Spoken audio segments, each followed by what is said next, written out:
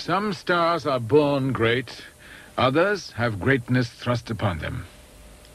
All depend on the whim of the public. Men for women have sex appeal, and women for men have sex appeal. So you're based on the value of your sex appeal.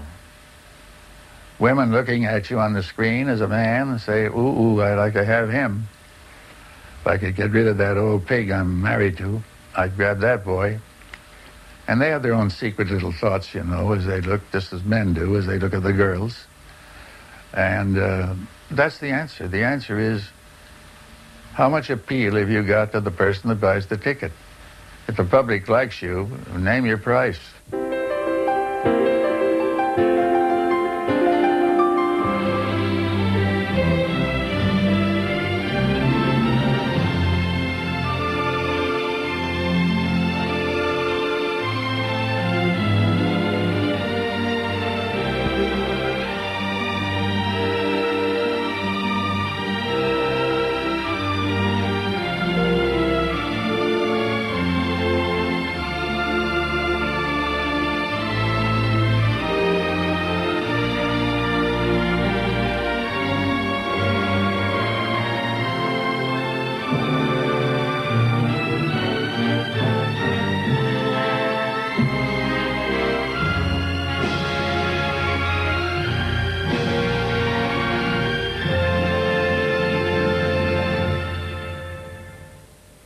You know, it's funny, after all these years, when I say a movie star, I still think of Gloria Swanson.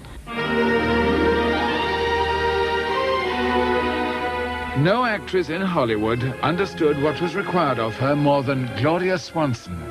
She sacrificed everything for that one role, a great film star. She was one of the world's leading box office attractions.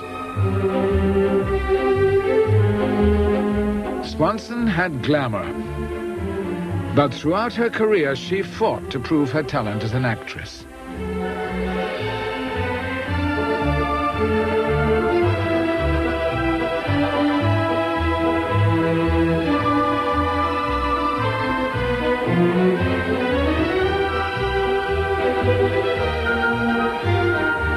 But the aura of glamour remained.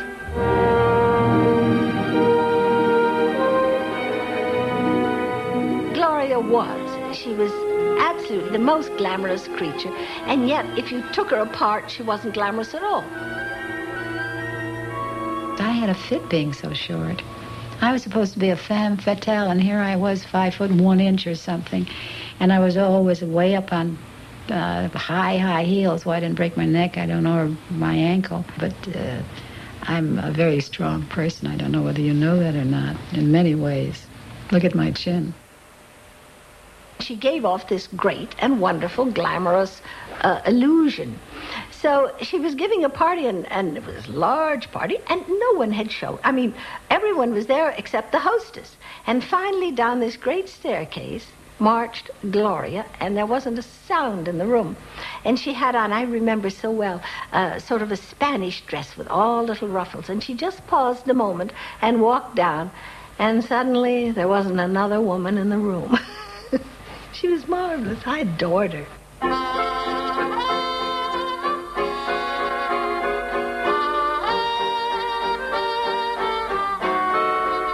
The daughter of an army officer, Gloria Swanson began her career in the comedy studios in 1915. And this is an army brat who had grown up as an extra out on the Senate lot. First time I ever saw La Belle Swanson, Wallace Beery was chasing her all over the set. He caught her, too.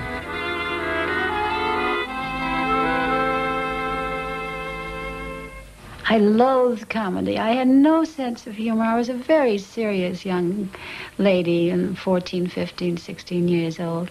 I didn't always understand the jokes. I really didn't. I think I was funny because I played them like Dusa. I was so serious in all the comedy that it was funny, and the situations were funny. But they were not slapstick pictures that I did.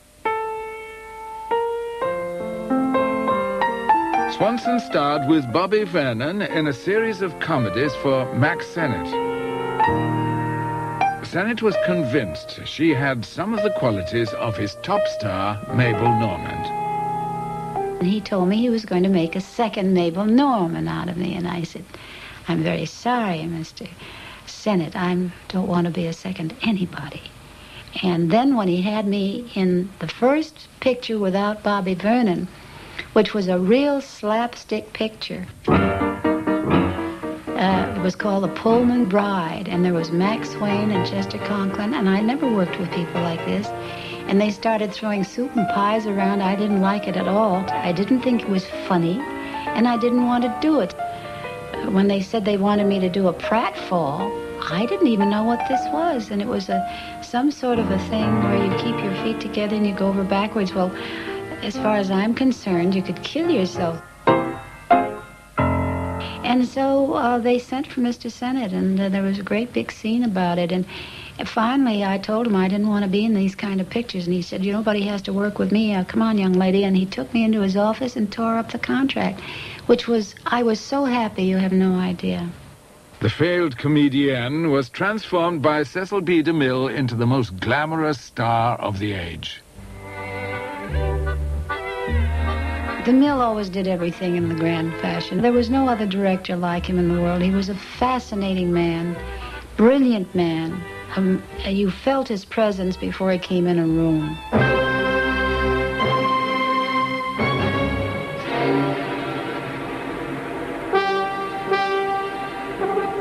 An important scene in Male and Female was to show Swanson descending into a lion pit with real lions.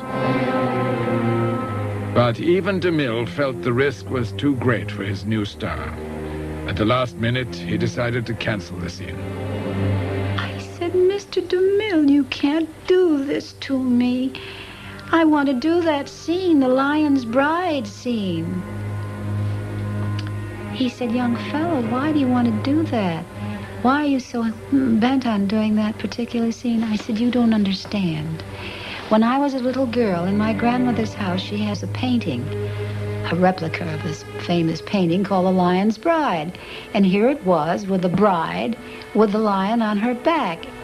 She had gone to say goodbye to this cub she'd raised. And the lion killed her, the grown one. Oh, he said, well, all right, come on. So down into this thing we go, and Mr. DeMille with a gun, revolver in his hand, no one else but the two trainers. And they bring out this fuzzy lion, and they claim he's a nice lion.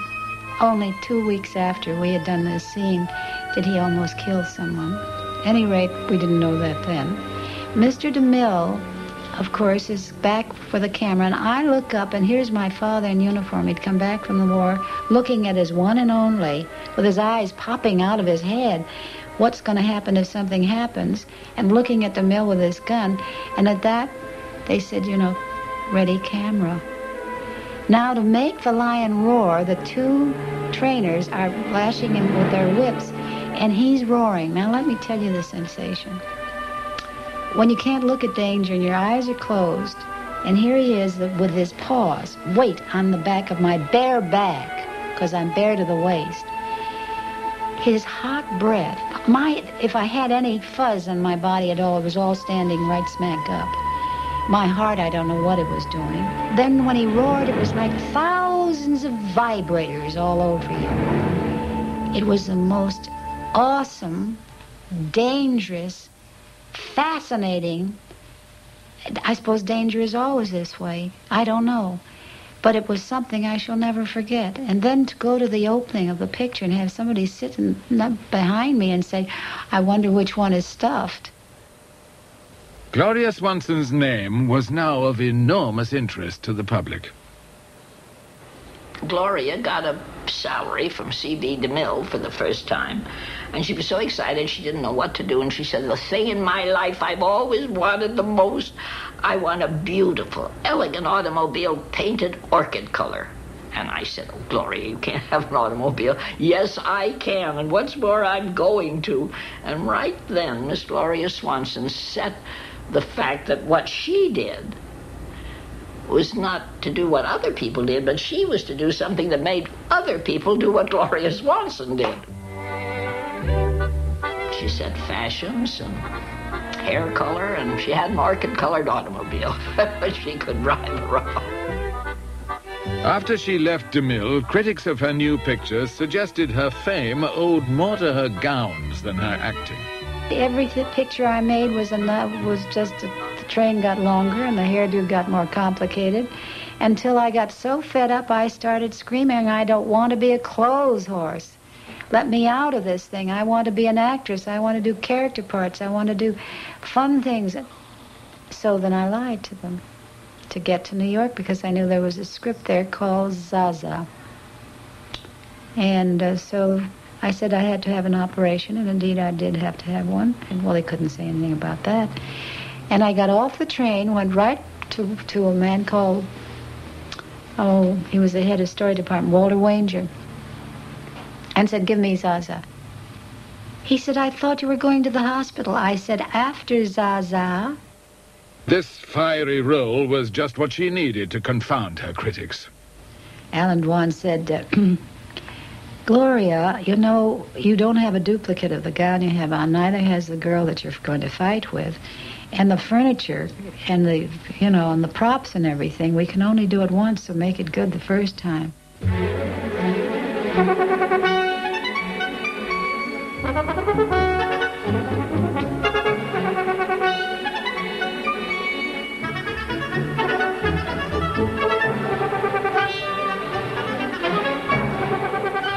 So I went after this girl until she was so frightened of me, this actress, that she tried to stay away from me, so that when I did get a hold of her, I was mopping up the place with her.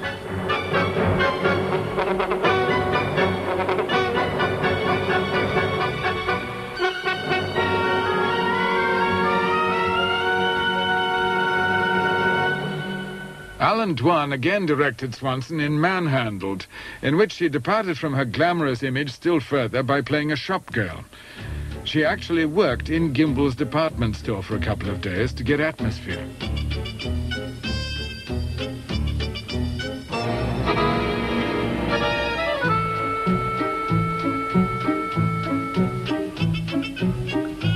But Dwan felt she had still more to learn, for the film had a sequence set in the subway. Gloria had never been on the subway. She was above that. She had a limousine. And so she had to know what a subway was, otherwise she couldn't portray it. I had claustrophobia, and I wouldn't go on a subway, and they said, well, they would come with me, and I had my first ride, and I didn't like it at all. Gloria and I got on it, but she didn't notice that I immediately stepped off quickly through a door, and she was inside, and the door slammed, and she was jammed in the aisles, and she had to go across to Times Square without knowing where she was going, or how you got on, or how you get off.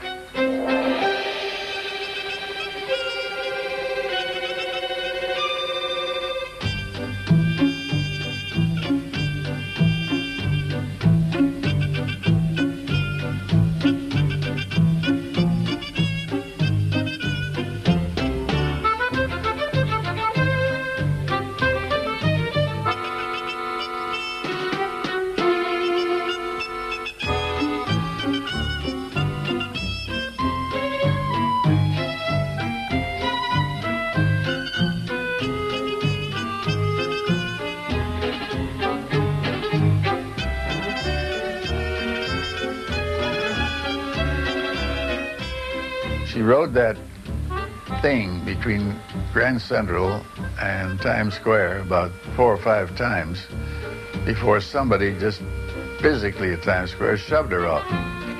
She found herself out on the platform.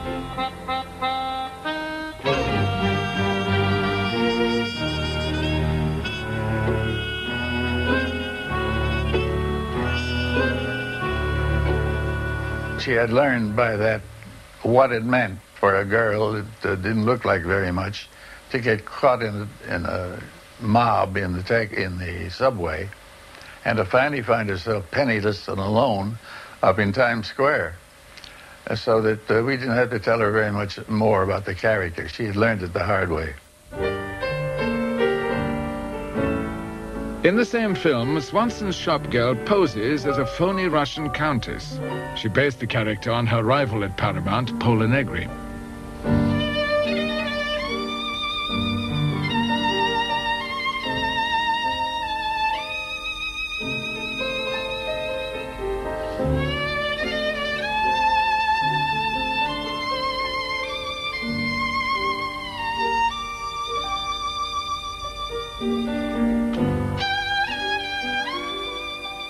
Swanson's wedding in France to the Marquis Henri de la Falaise de la Coudray was the society event of the year and started a new fashion. When she came home after she married Henri de la Falaise, she said, "You will now call me Madame Marquis." And we did, too.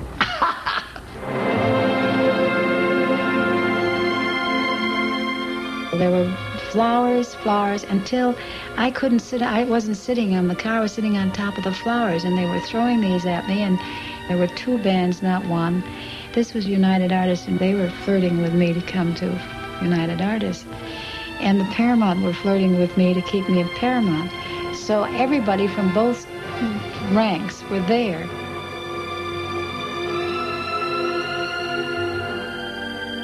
In France, Swanson had been ill and had almost died. At Grauman's $1 Million Theatre, the public gave her the sort of welcome which one paper said had been given in the past only to a beloved sovereign. I get to the top of the aisle, the lights go on, the audience rise, turn around, sing Home Sweet Home to me. Now this sounds corny to say it now. But in 1925, with everybody ever in the motion picture business, somebody on crutches, I think it was Ernest Torrance, somebody else in a wheelchair, somebody you worked with, somebody... I just stood there, and I cried. While the film was in progress, the police found the crowd outside too hard to handle. They asked Miss Swanson's party to leave by the rear exit. So we crawled out, got into the car, and it would have taken about, in those days, almost an hour to get to Beverly Hills. And in this ride, I sat in the center with my mother on one side, Henry on the other, and one of them said to me, "Why are you so silent, Gloria? This should have been the greatest moment of your life." And I said, "Oh, you darlings don't understand." Yes. But all that adulation, everything you've seen tonight, was not for my work as an artist. This was a personality who came back like Lazarus from the dead, Cinderella who married the prince, and the prodigal who's returned, because I hadn't been in California in 4 years. I said, that's what you saw tonight. That's why the ovation. That's why the excitement. If I were to make the greatest picture tomorrow of my whole career, you would never have that happen again. Never. It was a combination of emotions and things. And so I said, now I have a problem. I have to go down the other side. Swanson relived the occasion in a dream sequence in Stage Struck, but it would be one of her last films for Paramount. She told the heads of the company she was leaving to join United Artists.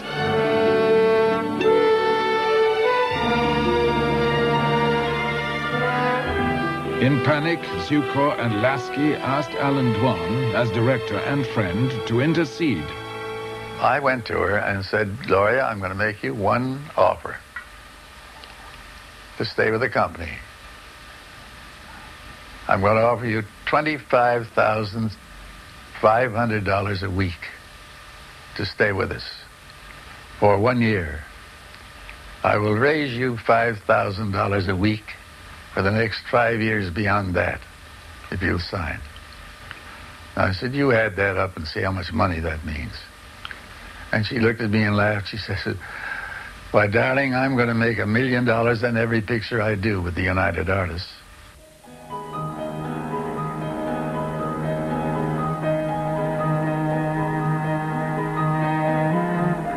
Swanson staked her career on this gamble. Her first production, The Loves of Sonia, was a financial failure. Had she really been able to see into the crystal ball, she would have known the talking picture revolution lay just 7 months ahead. But she embarked on 2 more silent films. The first, Sadie Thompson, based on Somerset Maugham's Rain, would be a smash hit. The second, a disaster. She hired Erich von Stroheim to direct her in Queen Kelly. Stroheim drained the resources of financier Joseph Kennedy until Swanson was forced to cancel the production.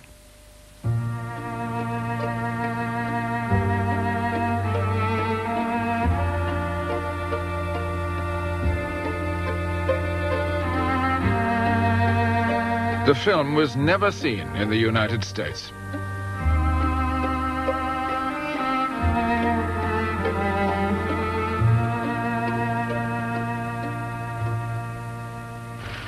"20 years later, this scene appeared in Sunset Boulevard, in which Gloria Swanson played an aging silent movie star. Still wonderful, isn't it? And no dialogue. We didn't need dialogue. We had faces. There just aren't any faces like that anymore.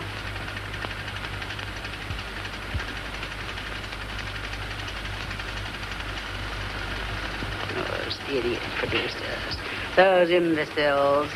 Haven't they got any eyes? Have they forgotten what a star looks like? I'll show them. I'll be up there again, so help me.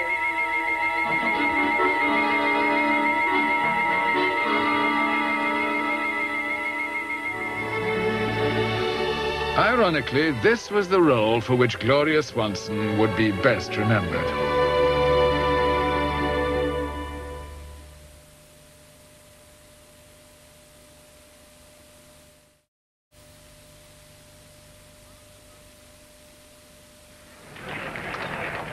The crowd that lined the streets of New York in August 1926 had all the gaiety and expectation of people going to the movies. The newsreel cameras brought smiles of delight. The crowds were there for Rudolph Valentino, the great lover.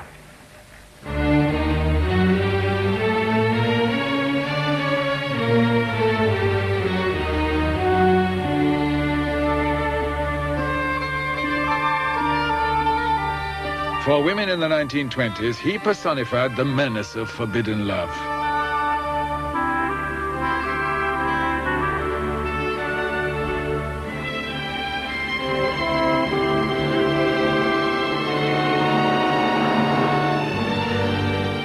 But the crowds that August waited in the rain to see their idol in the flesh. For some, it would be the first time, for all, the last. Rudolph Valentino was dead. His body was lying in state in Campbell's funeral parlor.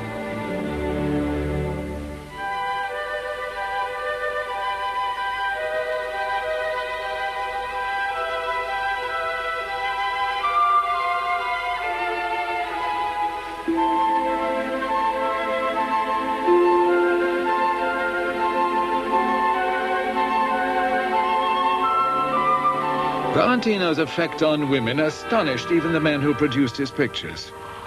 A typical publicity stunt measured women's pulse rates as they watched a Valentino film. It was all due, they said, to his earthy origins as an illiterate peasant in Italy. But like everyone else, they misunderstood Valentino.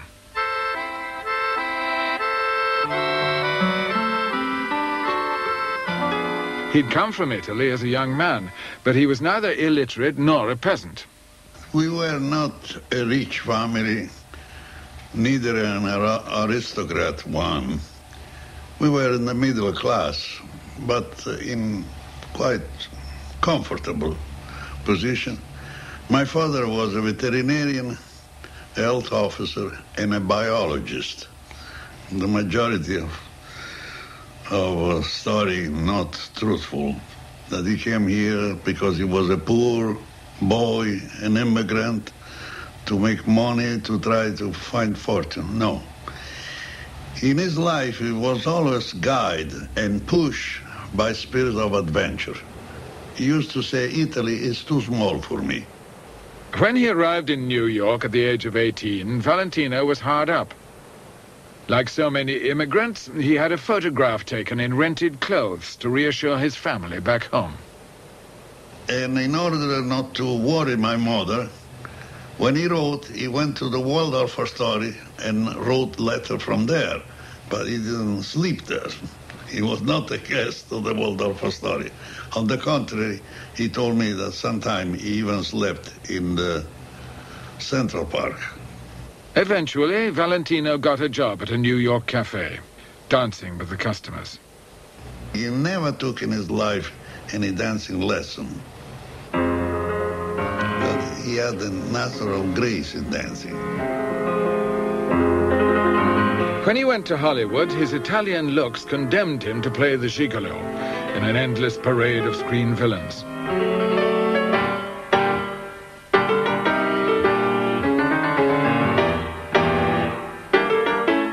In 1919, director Al Parker gave him an important role in Eyes of Youth. His career was improving. His private life was miserable. His wife, actress Jean Acker, had left him, and that Christmas he was depressed and lonely. I said, "What are you doing for Christmas?" He said, "Well, nothing." I said, "Haven't you any place to go?" He said, "Well, no, I don't." I said, "Well, you sure do." I said, "You're going to come home with me. This is our big night. My mother and father will be there and the presents, and you're going to be right with us." He said, "Oh, that'll be marvelous." So we made him Santa Claus. I had a red cape, and then we put a red hat on him, and we got cotton and put a white beard on him, and he handed out the presents. A lot of people have, it's made me laugh. A lot of people, said, oh, how well they knew Rudy and what they did for him and all that sort of thing. And I think, well, there was one Christmas they forgot about Rudy before he was anything. After he did the Four Horsemen, that was different.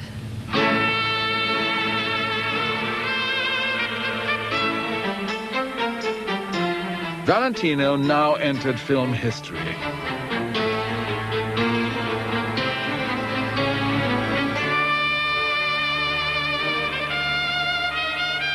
He was cast as Julio, an Argentinian playboy. Director Rex Ingram exploited his skill as a dancer and his frank sensuality.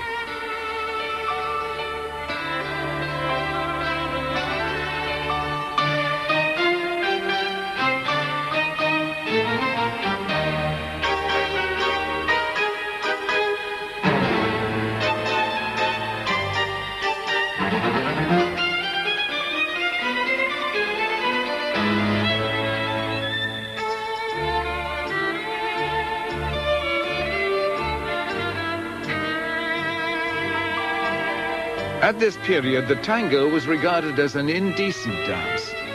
Ingram used it as a symbol of open eroticism.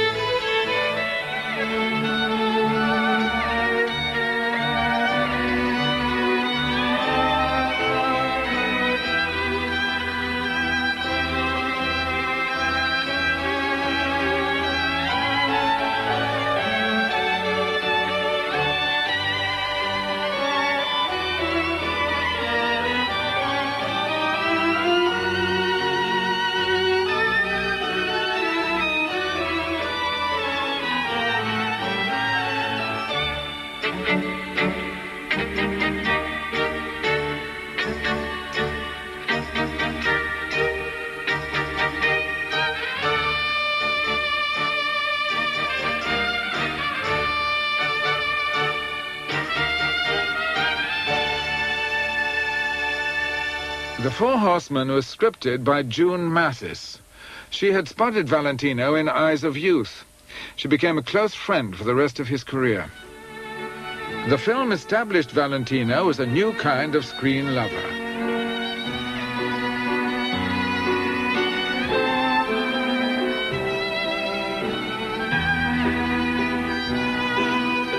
But this success did not bring him instant stardom.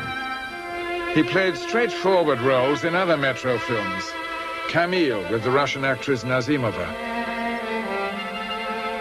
The most impressive thing about Camille was its sets. And Valentino was surprised to learn that their designer was a young dancer, Natasha Rambova. Her real name was Winifred Hudnut.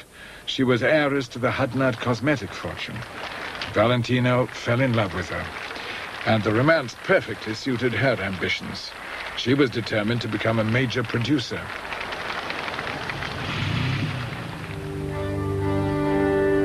Valentino joined famous players Lasky and was featured opposite Agnes Ayres in The Sheik. These shots were taken during the production. In the title role, Valentino was a sensation. He played an Arab sheik who abducts an English girl to his desert tent. Natasha considered the story utter trash. Valentino was not happy about it either, but he mesmerized most women who saw it.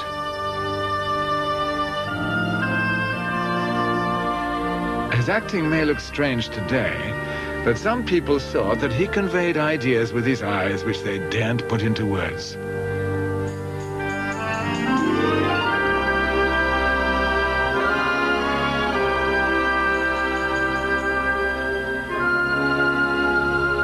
The very quality which appealed to women upset their husbands.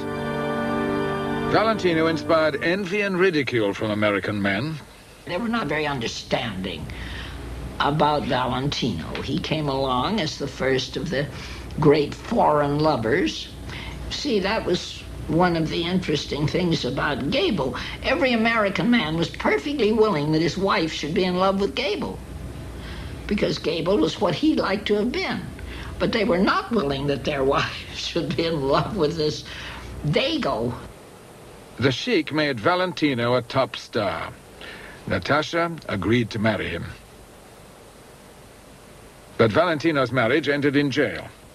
The laws of California required a full year between divorce and remarriage. A bigamy charge was dismissed, but Natasha raised the question, why had famous players Lasky allowed its biggest star to go to jail? Valentino's next picture, Blood and Sand, would be made in Spain with no expense spared, promised the company. But they shot it cheaply on the back lot. It was a success, but Valentino and Natasha felt cheated. They were depressed still more by the young Raja. He had the right, though, of an approval of a story, which they recognize in the contract. But actually, practically, they didn't do it. And that started a fight. Valentino walked out on his contract, refusing to appear in any more cheap pictures. But the fans kept writing in for photographs. We had a printing box, the negative, and we used to print 100 a night, dry them on the floor, and towels, and God knows what. And his signature was on, it was a stamp. So. And we would send a postcard saying, if you want a photograph of Rudy Valentino, please send 25 cents for the cost or whatever. And as we were getting between 8 and 9 sacks of mail a day from the fans, Natasha and I and Rudy, we used to open up the letters and count the quarters. And in between pictures, it fed us, you know. Valentino and Natasha were out of work and broke, but they felt they were fighting for their artistic integrity. A public relations man, George Ullman, found there was nothing in his contract to stop Valentino making a personal appearance tour. He arranged for the couple to promote a beauty preparation. Valentino and Natasha gave dancing displays, and wherever they appeared, vast crowds greeted them. The climax of their act was the tango from the Four Horsemen.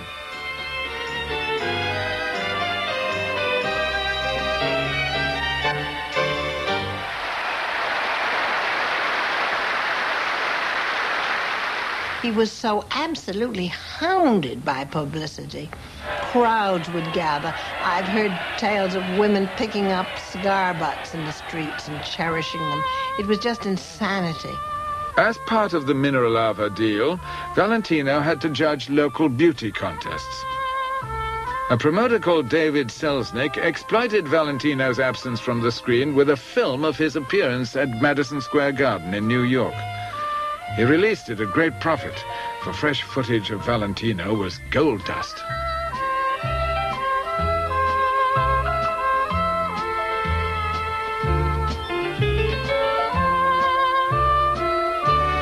This enormous popularity obliged Adolf Zukor, a famous player's lasky, to conclude a settlement. Mounting debts obliged Valentino to agree. He and Natasha took a European holiday. These shots are from the home movies they made en route.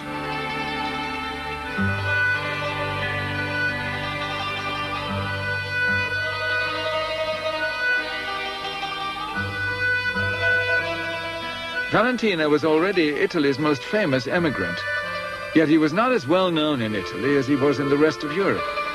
And he'd just come back from Rome, which he had visited for the first time since becoming a big star. And Bibi said, "Tell me, Rudy, what did they think of you when you arrived in Italy?" And he thought for a moment, he said, "Bibi, in Italy, I was just another wop." The influence of Natasha affected Valentino's new film, Monsieur Beaucaire.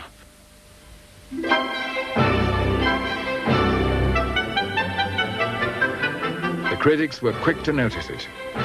The film was too arty, they said, too self-conscious for Valentino fans. They expected that quality of menace, and they didn't get it. Valentino's co-star was Lois Wilson. He was a very serious worker. Rudolph didn't kid on the set and that sort of thing. He was a very generous actor to work with, charming. And I had known him before. I knew him quite well before we made the picture as a person. And I just found him a very charming, lovely person with a terrific sense of humor. Valentino displayed humor and elegance in Beaucaire, but the fans expected passion.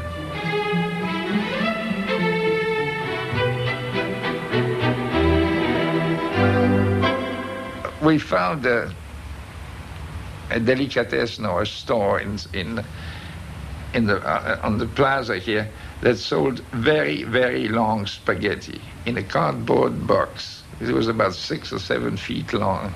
And we used to buy those boxes and never break the spaghetti. So before Woody prepared them and he had boiling water, he would stand on the ladder and slowly move those spaghettis into the pot. Valentino entertained important executives.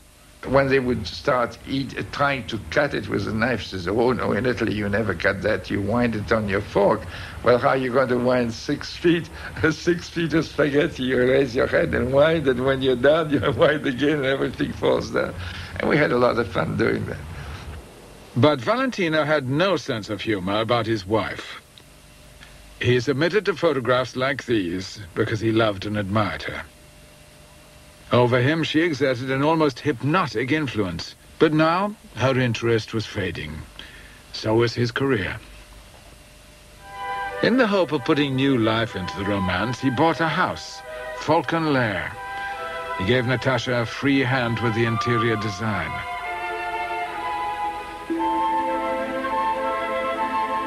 But Natasha never spent a night in the place. To conceal the broken marriage, they went in front of the newsreel cameras and played a farewell scene. Natasha was going east to make a film on her own. They would never live together again.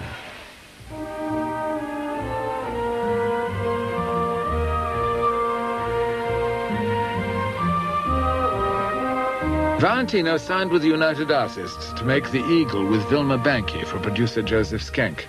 Directed by Clarence Brown, it proved far more successful than the films Natasha had supervised. Valentino played a Russian bandit married in the death cell before being led out to die.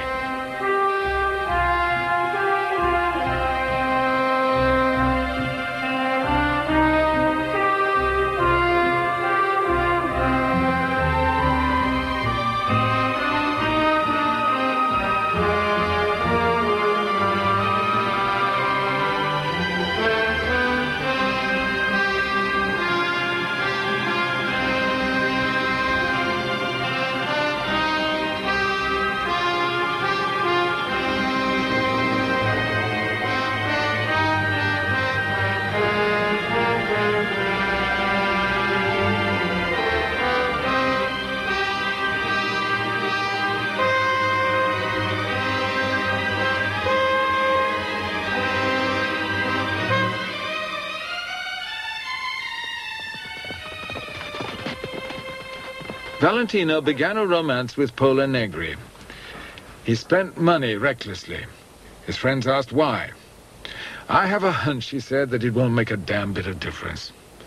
He drove recklessly. He had several near-fatal crashes. Natasha sued for divorce. He became more and more depressed. To ease his money problems, he determined to make a surefire hit, a sequel to The Sheik, and was delighted to have an old friend, George Fitzmaurice, as director. Fitzmaurice had a sophisticated understanding of Valentino's appeal.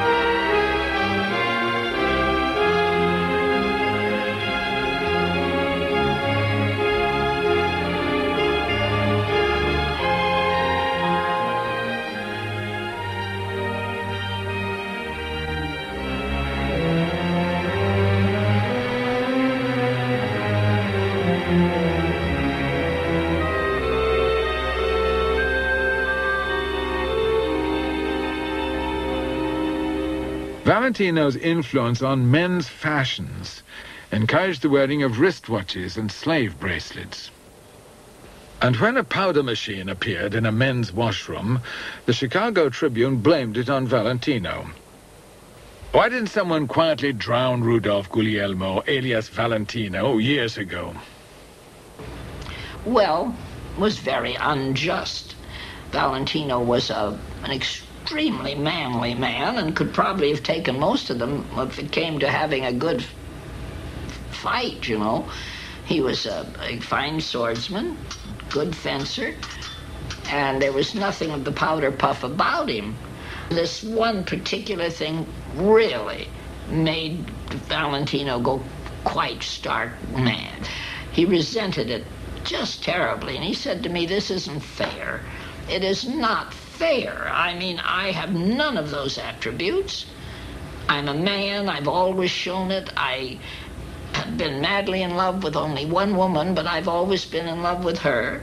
And to make belittling pink powder puff remarks is a very unjust thing.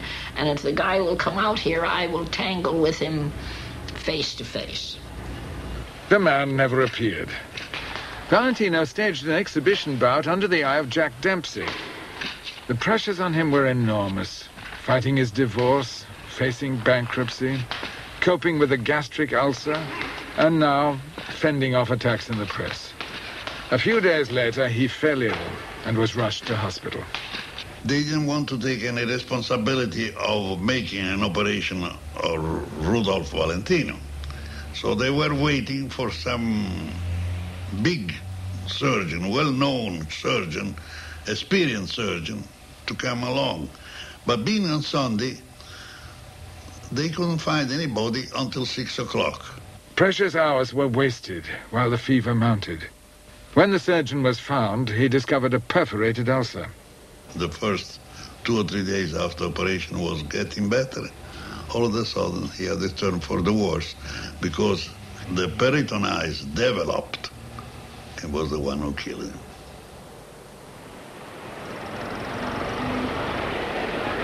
Valentino lay in state at Campbell's funeral parlor. A great many of them really had had a lot of feeling and affection for Valentino. So it was a crowd filled with emotion and with hysterical emotion that you weren't at all sure what they might do. Hysterical crowds behave badly at funerals.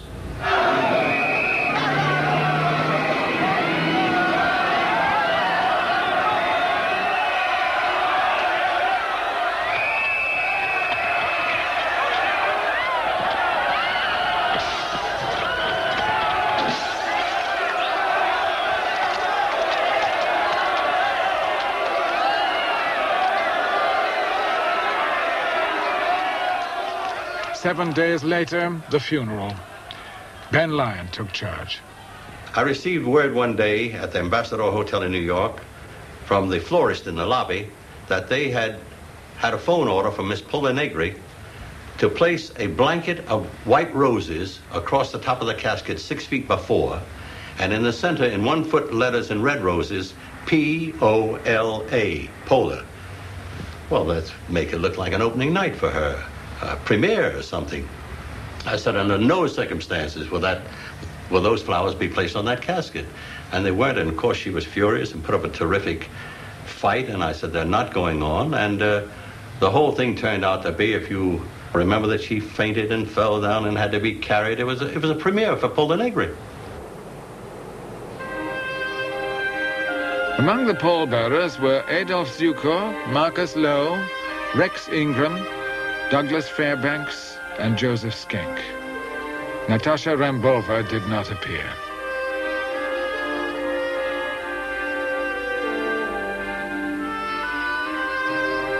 There was to be a second funeral in Hollywood.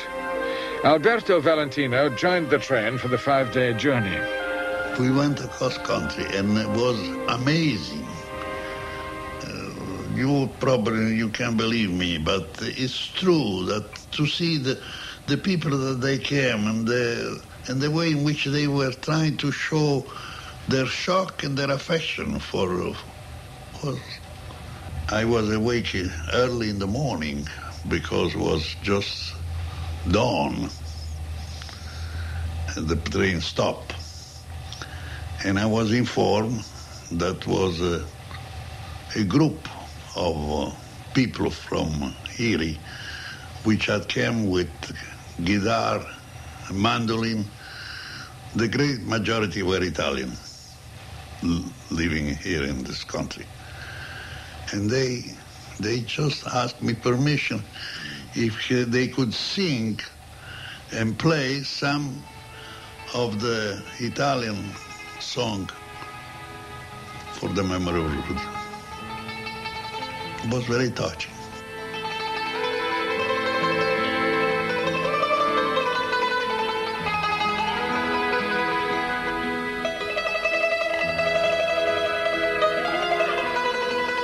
It was the biggest funeral Hollywood had ever seen. At the Church of the Good Shepherd in Beverly Hills, stars like Mary Pickford and Douglas Fairbanks paid their last respects.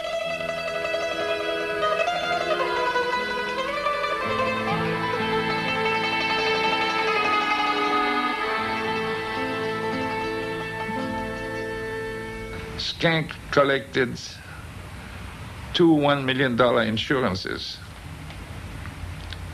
on his life. They didn't even buy him a grave. He's resting in a box that belonged to June Mattis.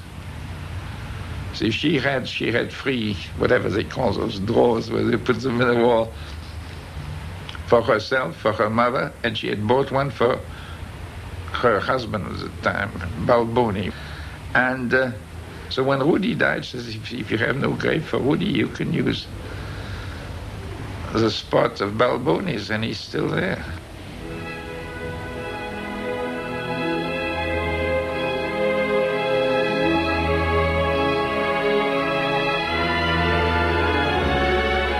Valentino was 31 years old. His death gave him a status he had never sought in his life. He had become immortal.